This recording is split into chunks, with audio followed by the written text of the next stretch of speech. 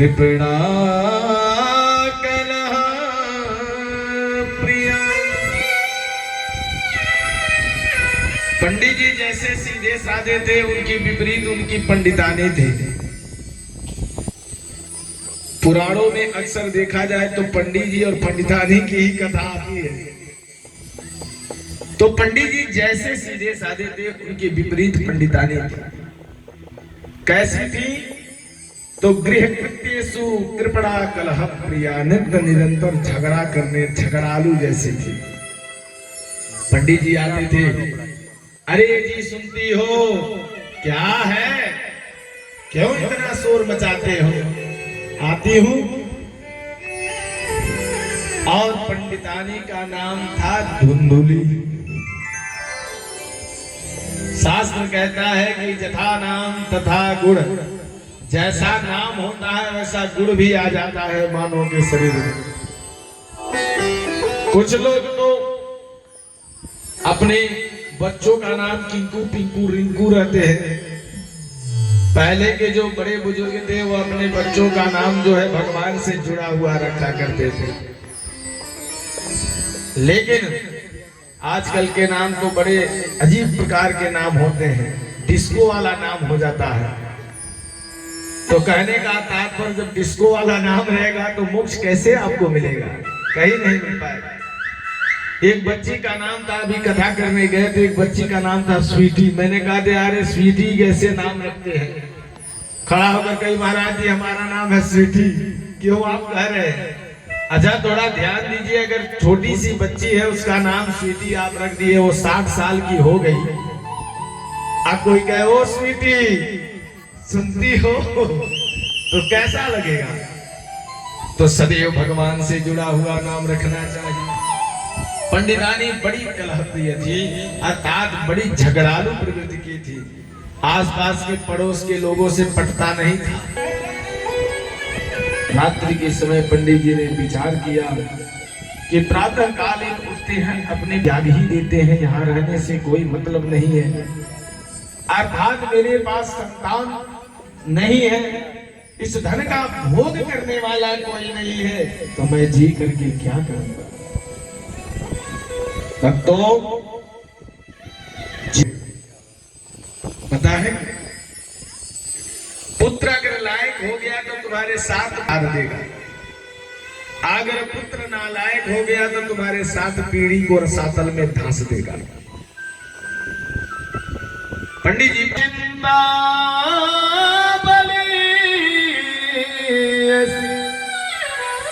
कि वदत्तम सत्वरं मह्यं स्वस्य दुःख।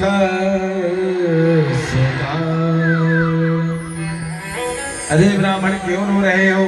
तुम तो देखने में त्रिकालदर्शी हो, त्रिकाल संध्या करने वाले ब्राह्मण हो, तुम्हारे ललाट वो कभी नहीं रोता। बोले महाराज क्या करें? बोले क्यों रो रहे?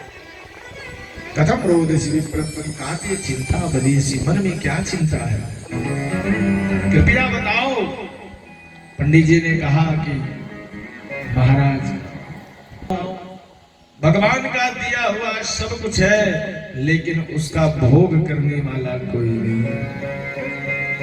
महात्मा समझ गए, ललाट के मस्तक को देखते हैं, बोले महाराज क्यों रोते हो?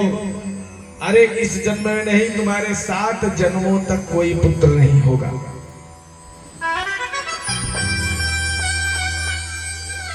सात जन्मों तक कोई संतान नहीं होगी। पंडित जी ने कहा देखो महाराज, ऐसा तो कभी हो ही नहीं सकता। हमारा धर्म पुराण धर्म शास्त्र कहता है कि संतों का पादार्पण हो जाए, संतों का दर्शन हो जाए तो समझ लो भगवान का दर्शन हो गया। और भगवान की कृपा से सब कुछ बदल सकता है। से जब अपना दुखड़ा कोई सुना दो ना तो वह पुराण और धर्म शास्त्र की बातें बताने लगते हैं। महाराज अगर आप चाहो तो आपकी सदैव कृपा हमारे ऊपर हो सकती है। संतों ने कहा अच्छा क्या करोगे? पुत्र लेकर के करोगे? अरे जीते जी भी मारता है, अंत समय तक मारता है। बोले महाराज पुत्र की कामना किसको नहीं होती।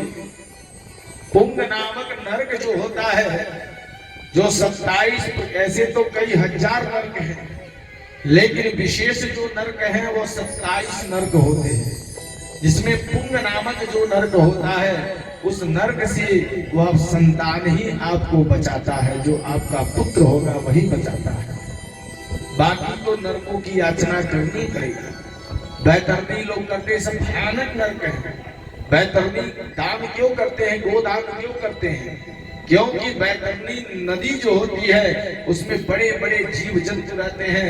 वह खून और मवाज की नदी होती है, जिसमें उस आत्मा को अर्थात सूक्ष्म शरीर को धारण करने के बाद जो यम के दूत घसीटते लेकर के जाते हैं, बड़े नुकीले नुकीले कटीले होते, सारे शरीरों में गुथ जाता है, वेदना होता है, तड़पता है, चीखता है, चिल्लाता है।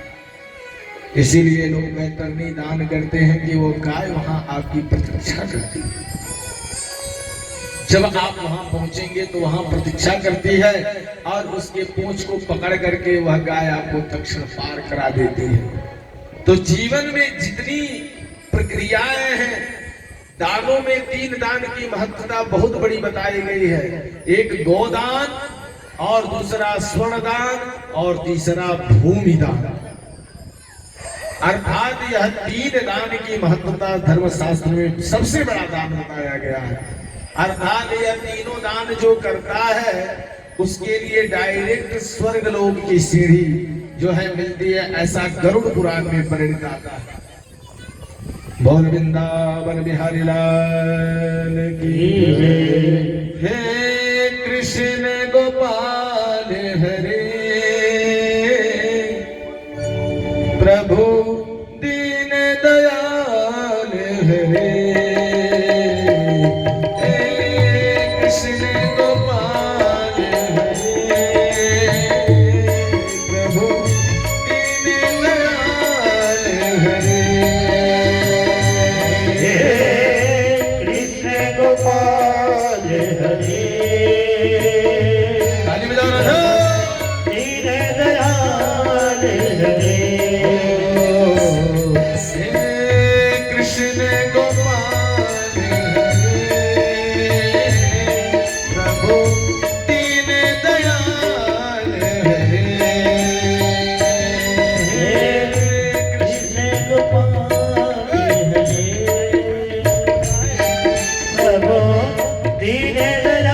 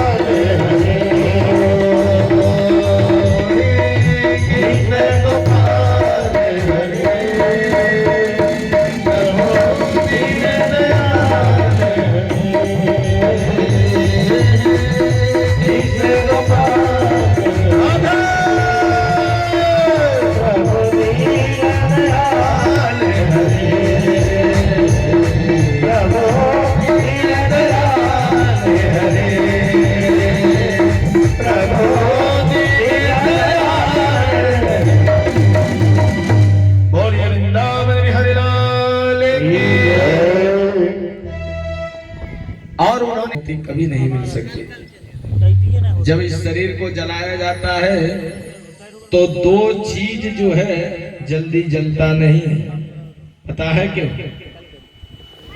और कौन सा अंग? शरीर का जो हृदय होता है वो जल्दी जलता नहीं है, क्योंकि यह हृदय एक सुमेरु के सागर अर्थात सुमेरु पर्वत के समान भी है और यह हृदय एक सागर के समान है। इसलिए शरीर के सारे अंग जल जाते हैं लेकिन हृदय जो जल्दी जलता नहीं है। और दूसरा होता है मस्तिष्क, जो आपने संसार की सारी विधियां इसमें समाहित है, जिसको हम ब्रह्म कहते हैं, ब्रह्म कपाली। तो वही पुत्र जो है कपाल क्रिया करता, बड़े से डंडे को खोपड़ी पे मारता है और मारने के बाद ये खोपड़ी खुल जाती है और पुनः उसमें घी शरीर की मुक्ति मिलती है। ऐसे मिलने वाली नहीं है।